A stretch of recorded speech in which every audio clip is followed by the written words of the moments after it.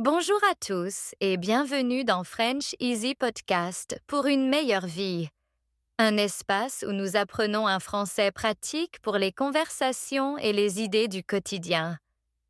Je suis Emma et je suis vraiment heureuse que vous soyez ici. Et moi, c'est Georges, votre co-animateur. Bonjour à tous. L'épisode d'aujourd'hui est, sans exagération, l'un des plus importants que nous enregistrerons jamais. Ça va tout changer.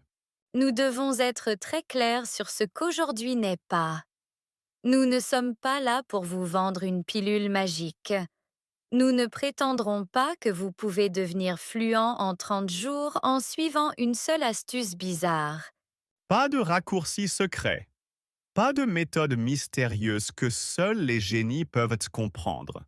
Aujourd'hui, il s'agit de quelque chose de bien plus puissant, plus durable et, en fin de compte, plus transformateur. Aujourd'hui, nous parlons des habitudes quotidiennes. De petites actions constantes et gérables. Répétez chaque jour. Pas seulement quand vous êtes motivé, mais surtout quand vous ne l'êtes pas. C'est ce changement fondamental de mentalité qui transforme tout. La plupart des apprenants sont constamment à la recherche de la prochaine grande méthode.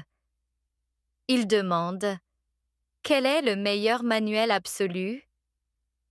Quel est le cours en ligne parfait? Quel professeur détient le secret? Mais ce sont les mauvaises questions. La question la plus importante pour tout apprenant en langue est celle-ci. Que fais-tu chaque jour avec le français? Parce que le français, ou toute compétence, ne s'apprend pas vraiment par des bons prodigieux alimentés par des élans de motivation. La motivation, c'est comme un feu d'artifice, brillant, excitant, et c'est très vite terminé. Le véritable apprentissage se construit comme un mur de briques. C'est lent, méthodique. Une brique, une habitude, placée fermement sur l'autre, chaque jour. Il s'apprend par la routine. Donc, dans ce guide complet, nous allons partager avec vous les habitudes quotidiennes les plus puissantes, étayées par la recherche et testées par les apprenants, qui produisent réellement des résultats. Ce ne sont pas des idées théoriques, ce sont les pratiques exactes utilisées par les personnes qui ont réussi à atteindre la fluidité. Et surtout, nous avons conçu ces habitudes pour la vraie vie. Nous savons que vous êtes occupé. Nous savons que vous avez un travail, des études, une famille, des responsabilités. Ces habitudes sont modulaires, flexibles et demandent moins d'une heure de votre journée. Nous ne nous contenterons pas de vous dire quoi faire. Nous vous donnerons le plan complet pour intégrer ces habitudes à votre vie, étape par étape. Nous aborderons la psychologie de la formation des habitudes, comment surmonter les obstacles inévitables et comment suivre vos progrès pour rester encouragé. Alors, trouvez un endroit confortable. Prenez peut-être un carnet ou ouvrez l'application de notes de votre téléphone. C'est du concret, du pratico-pratique. Vous n'êtes pas seulement un auditeur aujourd'hui, vous êtes un participant. Commençons ce voyage pour transformer votre français jour après jour. Commençons par une question simple et personnelle. Georges, est-ce que tu te brosses les dents tous les matins et tous les soirs? Sans faute. 2 fois par jour. Et est-ce que tu te réveilles parfois en pensant: Je ne me sens pas assez motivé pour me brosser les dents aujourd'hui. Je vais attendre que l'inspiration vienne? Jamais. Ce serait ridicule. Je le fais, c'est tout. C'est automatique. Je n'y pense même pas. Exactement. C'est le pouvoir sublime d'une habitude bien ancrée. Elle opère en dessous du niveau de la prise de décision consciente. Elle ne demande aucune volonté. L'action est déclenchée par un signal, se réveiller ou se coucher, et vous l'exécutez presque sans y penser. Maintenant, appliquons cela. Imaginez si vous consacrer au français devenait aussi automatique et non négociable que vous brossez les dents. Pas une corvée, pas un événement spécial, mais une partie normale et fluide de votre hygiène quotidienne. C'est l'objectif. C'est pourquoi la plupart des apprenants qui ne comptent que sur la motivation échouent. La motivation est une émotion. Elle est changeante. Elle dépend de votre énergie, de votre humeur, des éloges extérieurs, des résultats rapides. Quand la motivation s'estompe, et c'est toujours le cas, l'apprentissage s'arrête. Les habitudes, en revanche, sont des structures neurologiques. Chaque fois que vous exécutez une routine, vous renforcez un chemin neuronal spécifique dans votre cerveau.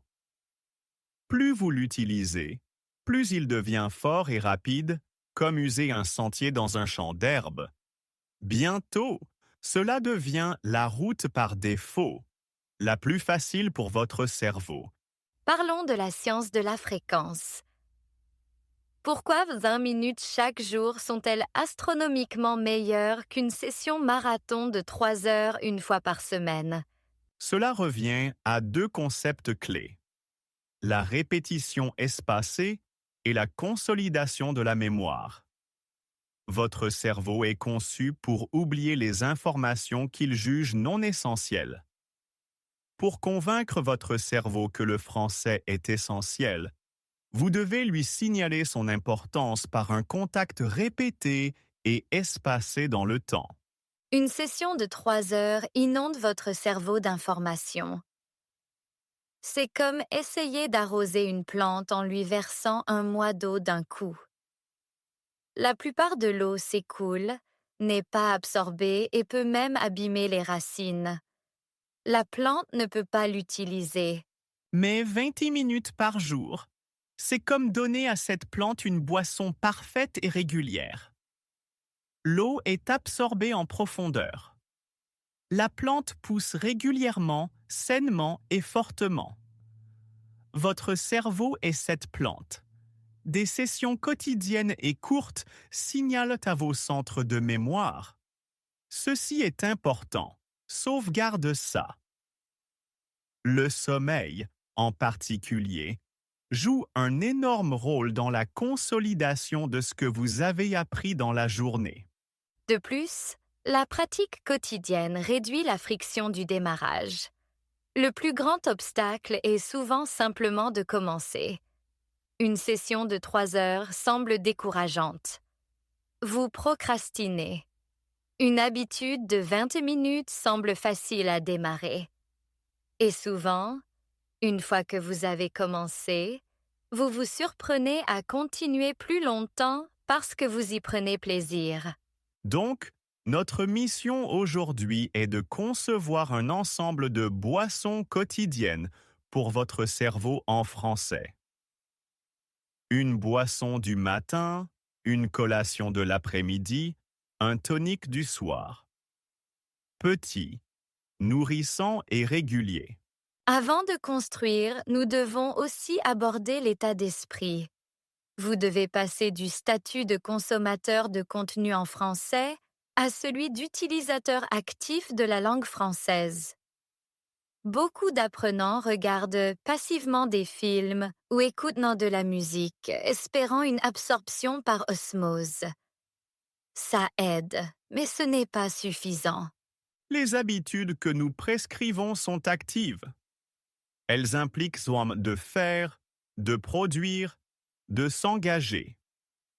Cette utilisation active est ce qui forge les chemins neuronaux. C'est la différence entre lire comment faire du vélo et monter réellement sur le vélo, tomber et se relever. Donc, au fur et à mesure que nous passerons en revue chaque habitude, je veux que vous vous demandiez: comment puis-je rendre cela actif? Comment puis-je passer d'une écoute passive à une écoute active? Devoir un mot à l'utiliser? Ce changement d'état d'esprit, combiné au moteur de l'habitude quotidienne, est une combinaison irrésistible.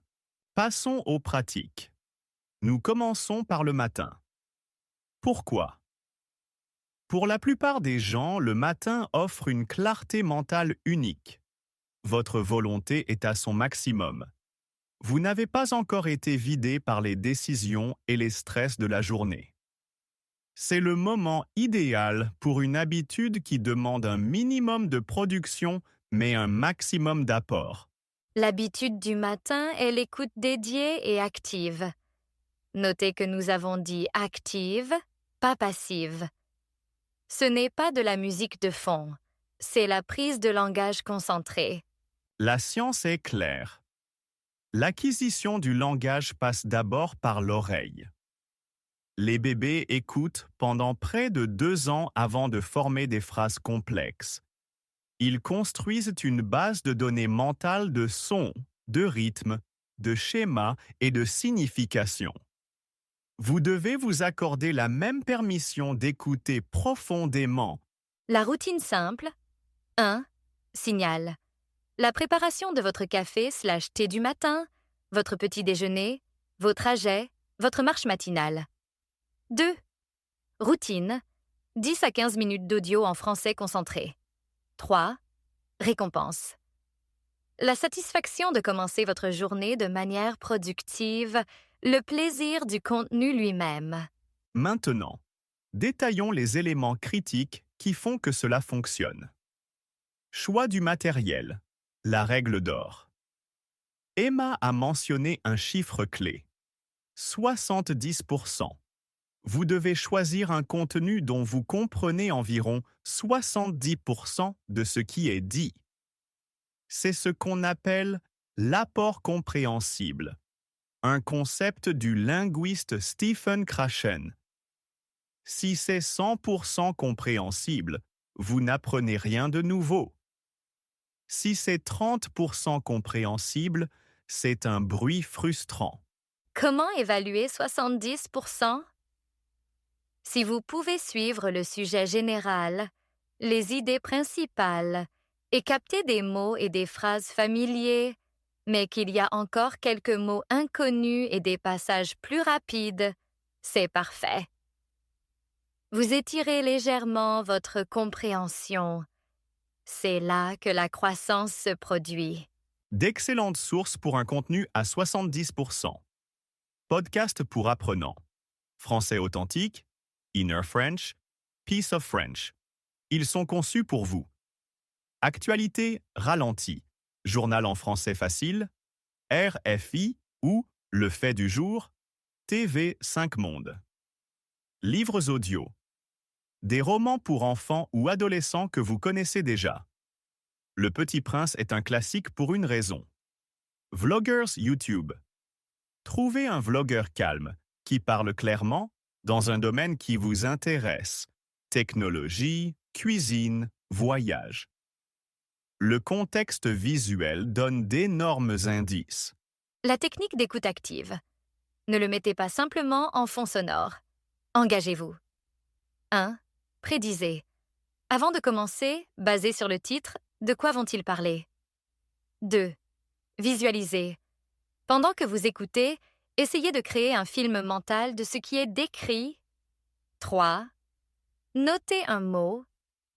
Si un mot intéressant ou répété ressort, notez-le mentalement. N'arrêtez pas l'audio. Vous pourrez le chercher plus tard. Une variante puissante est l'écoute bilingue. Pendant les 5 premières minutes, écoutez attentivement en français.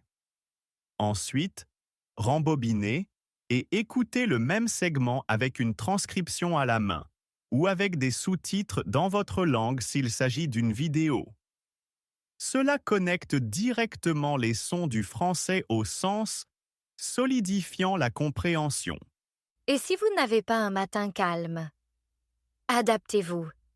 La clé est le signal. Votre signal pourrait être de mettre vos écouteurs quand vous quittez votre maison ou la première fois que vous vous asseyez à votre bureau. Même au travail, vous pouvez écouter 10 minutes avant de commencer. L'habitude est écouteurs sur égal français activé. Laissez-moi partager une histoire personnelle. J'apprenais l'espagnol. Pendant 6 mois, j'ai écouté le même podcast débutant de 15 minutes chaque matin en préparant le petit déjeuner. Je l'ai entendu 180 fois. Au début, je comprenais 50%, puis 60%, puis 80%. À la fin, je comprenais 100%. Et plus important encore, les phrases, l'intonation, les connecteurs, por otro lado, en que et de cire, étaient gravés dans mon cerveau.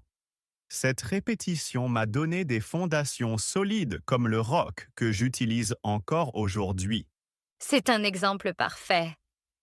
La régularité plutôt que l'intensité. Votre habitude d'écoute du matin ne consiste pas à consommer d'énormes quantités de nouveaux contenus quotidiennement.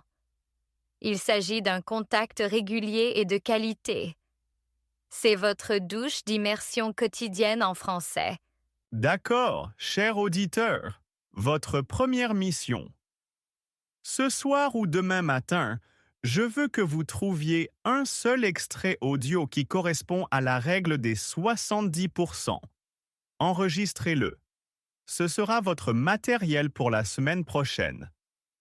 Préparez-vous à construire l'habitude. Nous allons maintenant aborder l'une des frustrations les plus courantes pour les apprenants. Le vocabulaire.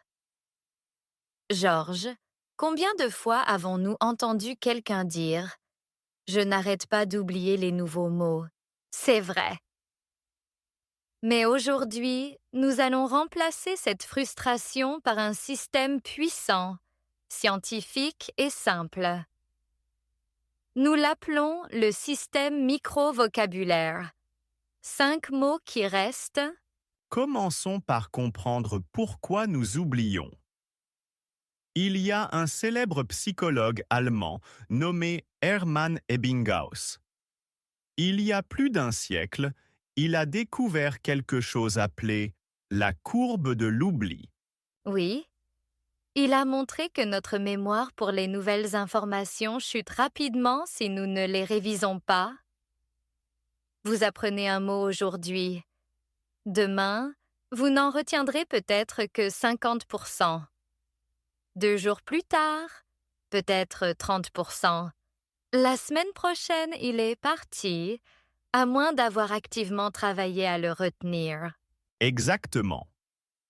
Maintenant, quand vous bachotez 50 mots, vous essayez essentiellement de combattre 50 courbes d'oubli différentes et abruptes en même temps. Votre cerveau ne peut pas le gérer. C'est comme essayer de porter 50 verres d'eau fragiles en haut d'une colline sans en renverser. Vous en ferez tomber la plupart. Belle analogie. Donc, la science nous dit « moins, c'est plus ». Mais il ne s'agit pas seulement d'apprendre moins de mots. Il s'agit de comment vous les apprenez.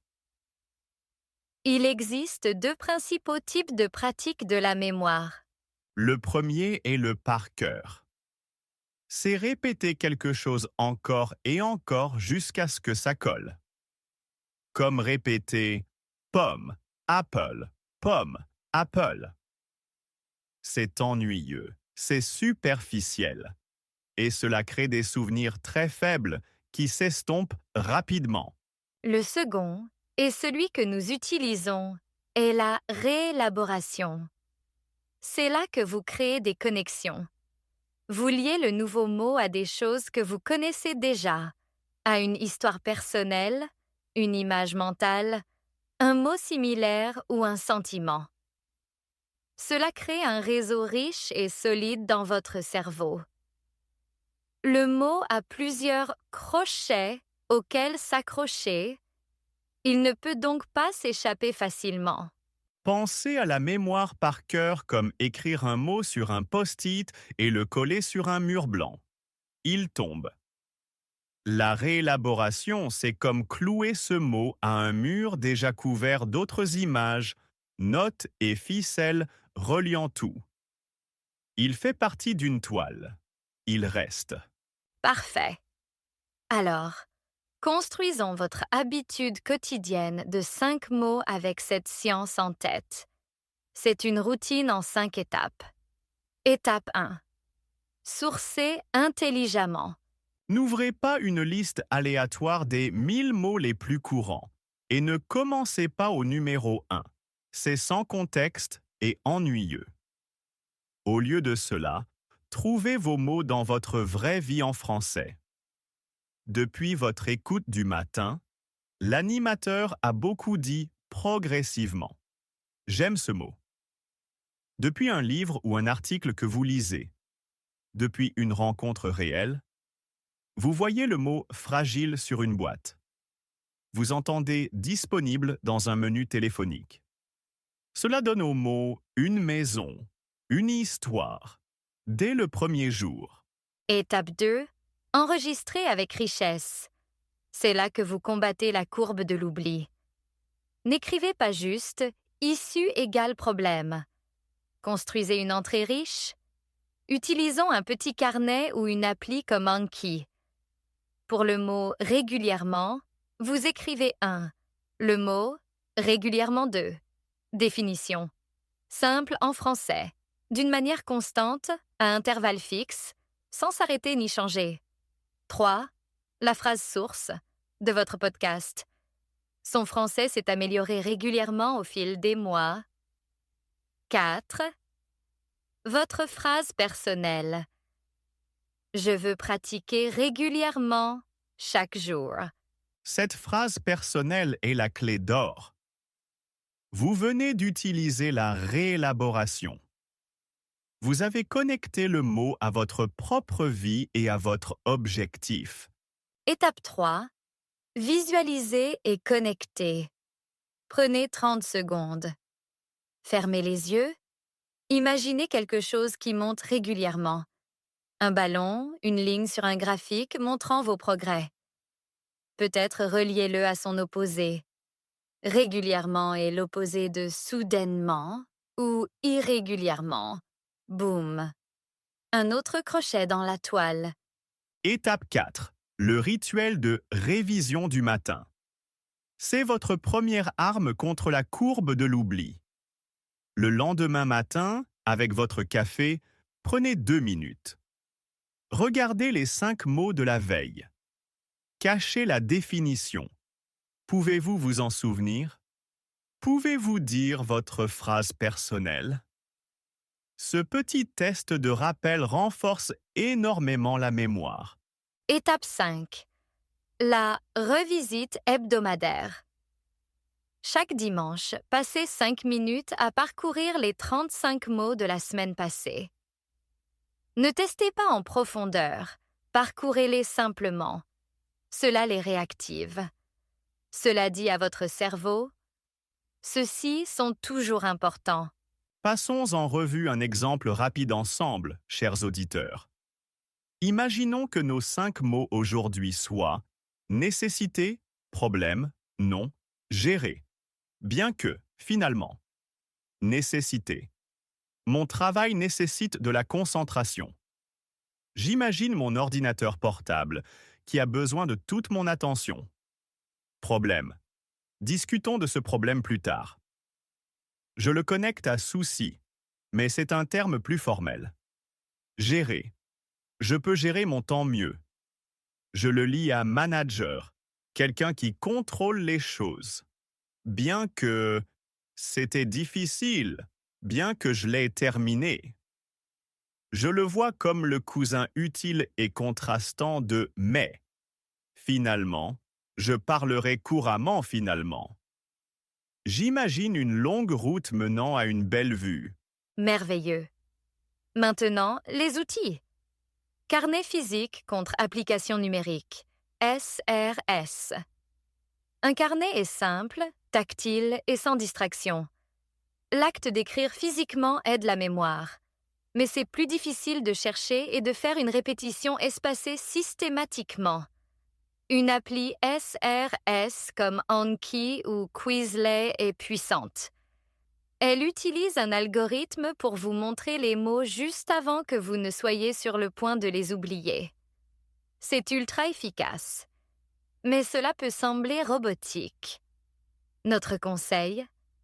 Essayez les deux. Peut-être utiliser un carnet pour l'enregistrement initial riche et une appli pour la révision quotidienne.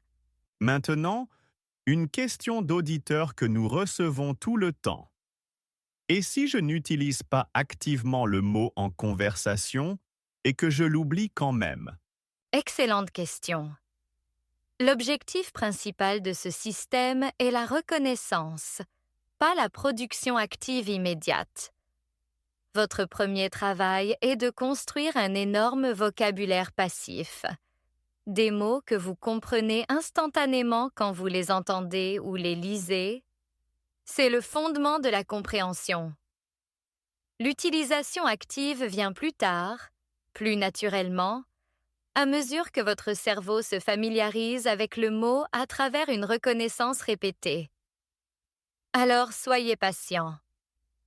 Faites confiance au fait qu'en reconnaissant régulièrement 10 fois dans des podcasts et des livres, un jour, il vous viendra simplement à l'esprit quand vous en aurez besoin. C'est comme rencontrer quelqu'un. Vous le voyez au café tous les jours. Reconnaissance. Au bout d'un moment, vous vous sentez assez à l'aise pour dire bonjour. Utilisation active. Maintenant, passons à l'habitude qui terrifie les gens mais qui est non négociable. L'expression orale quotidienne. La barrière psychologique est énorme. Dans votre tête, vous vous trouvez peut-être fluent. Puis vous ouvrez la bouche et silence ou un charabia. Le linguiste Stephen Krashen parle du moniteur. C'est la partie de votre cerveau qui vérifie les erreurs de grammaire et de prononciation. Et pour de nombreux apprenants, le moniteur est en sur-régime. Il crie « mauvais temps, mauvaise préposition, mauvais accent ». Ça vous paralyse. Le perfectionnisme devient l'ennemi du progrès. Alors, nous supprimons le public. Nous adoptons le temps seul. C'est là que vous construisez la mémoire musculaire pour votre bouche et votre cerveau sans aucune peur du jugement. Comme un chanteur qui fait ses gammes seul avant un concert. Voici votre cadre. Parlez seul de 10 minutes. Choisissez une méthode chaque jour. Méthode 1. Le récit de votre jour. La plus facile. Parlez simplement de ce que vous faites, ferez ou avez fait. Je prépare du thé. L'eau bout. Je me sens fatiguée aujourd'hui. Plus tard, j'ai une réunion. J'espère que ça se passera bien. Méthode 2. Le podcast Réponse forcée. Mettez en pause votre podcast du matin toutes les 60 secondes. Résumez ce que vous venez d'entendre. Donc, il a dit que les habitudes sont importantes parce qu'elles sont constantes. Simple. Méthode 3. La description de photos. Ouvrez une photo au hasard sur votre téléphone. Décrivez tout pendant 2 minutes sans vous arrêter. C'est une plage. L'eau est bleue. Le ciel est dégagé. Il y a 3 personnes. Elles marchent. Le sable paraît jaune et chaud. Méthode 4. Le monologue. Ce que je pense de. Choisissez un sujet simple. Le café. Votre application préférée. La météo. Parlez pendant 2 à 3 minutes de vos opinions. J'adore le café. J'en bois 2 tasses chaque matin. Ça me réveille. Je préfère le café noir sans sucre. Maintenant, la partie cruciale et inconfortable. Vous enregistrez. Utilisez l'application d'enregistrement vocal de votre téléphone. Vous devez vous réécouter. L'inconfort est là où se trouve l'or. Vous devenez votre propre professeur. Écoutez, est-ce que j'ai dit « eux » trop souvent? Est-ce que j'ai mal utilisé ce mot? Est-ce que j'ai fait des pauses à des endroits bizarres? Mon rythme était-il plat? Ne vous jugez pas durement. Observez simplement. Cette prise de conscience seule améliorera votre prochaine tentative. C'est aussi ici que vous pouvez intégrer un travail sur la prononciation. Trouvez un court extrait d'un locuteur natif, peut-être dans votre podcast du matin. Écoutez une phrase. Maintenant, essayez de faire du shadowing, parler en même temps. Répétez-la immédiatement après, en essayant de copier la mélodie exacte, le rythme, la sensation. Il ne s'agit plus de sens maintenant. Il s'agit d'entraîner votre bouche à bouger de nouvelles façons. Après des semaines de pratique solo, vous pouvez envisager de passer du solo au social. Des applications comme italki, Tandem ou HelloTalk vous mettent en relation avec des partenaires. La clé est de scripter vos premières conversations. Notez. Bonjour, je m'appelle. Mon passe-temps est. Pouvons-nous parler de. Avoir un script réduit la terreur initiale. Laissez-moi vous raconter une histoire. Mon premier échange linguistique était en espagnol. J'étais tellement nerveux, j'avais pratiqué seul pendant des mois. J'ai appelé le gars. J'ai dit « hola » et puis mon esprit est devenu complètement vide. J'ai oublié tous les mots. C'était terrible. J'ai dit « lo siento ». Je suis désolé. Et j'ai raccroché après 90 secondes. J'étais gêné. Oh non, Mais vous savez quoi? Le lendemain, j'ai refait ma pratique de parole solo. J'ai parlé de ma gêne. Une semaine plus tard, j'ai essayé un autre échange. C'était légèrement moins terrible. Ma pratique solo avait construit une fondation de mémoire musculaire. Les mots ont commencé à sortir lentement. La peur a diminué parce que je savais que je pouvais survivre à la gêne. La pratique solo a construit la confiance nécessaire pour être imparfait avec une autre personne.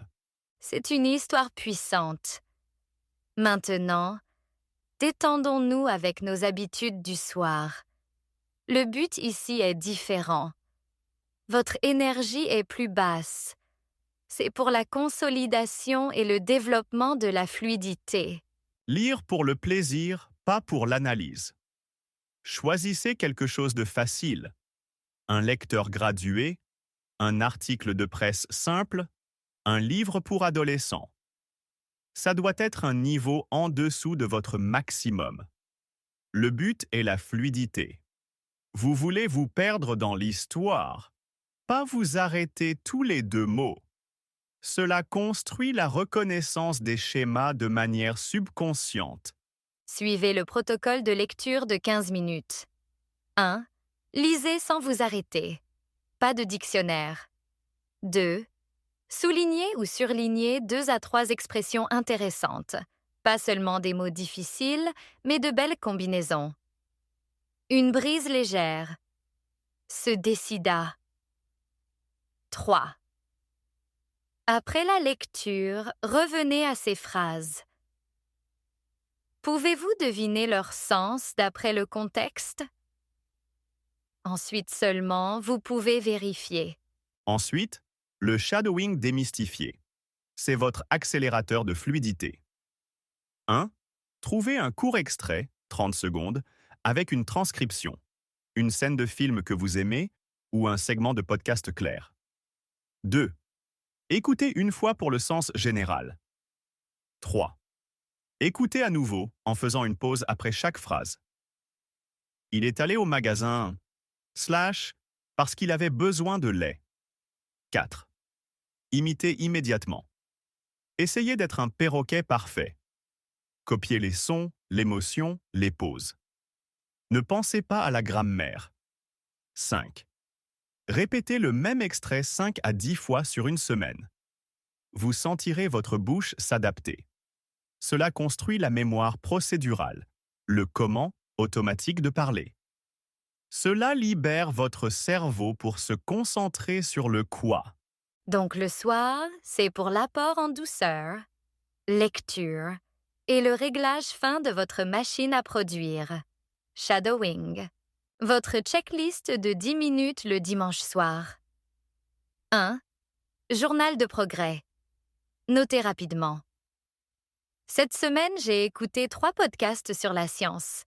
J'ai appris des mots comme recherche et méthode. J'ai parlé de mon travail et de mes projets de vacances. 2.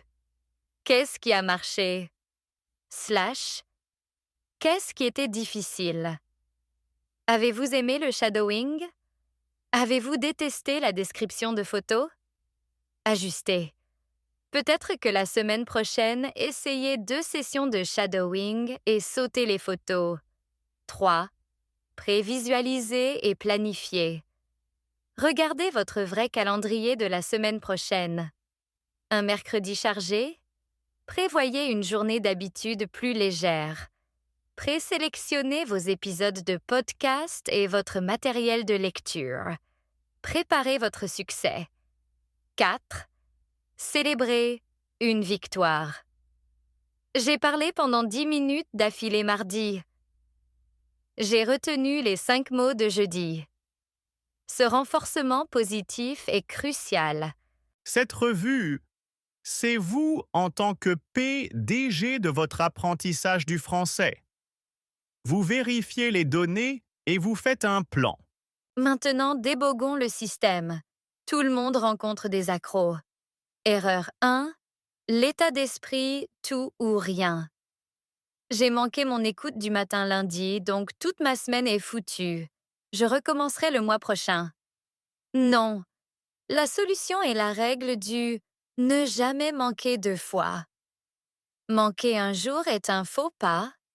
Manquer 2 jours d'affilée est le début d'une nouvelle mauvaise habitude.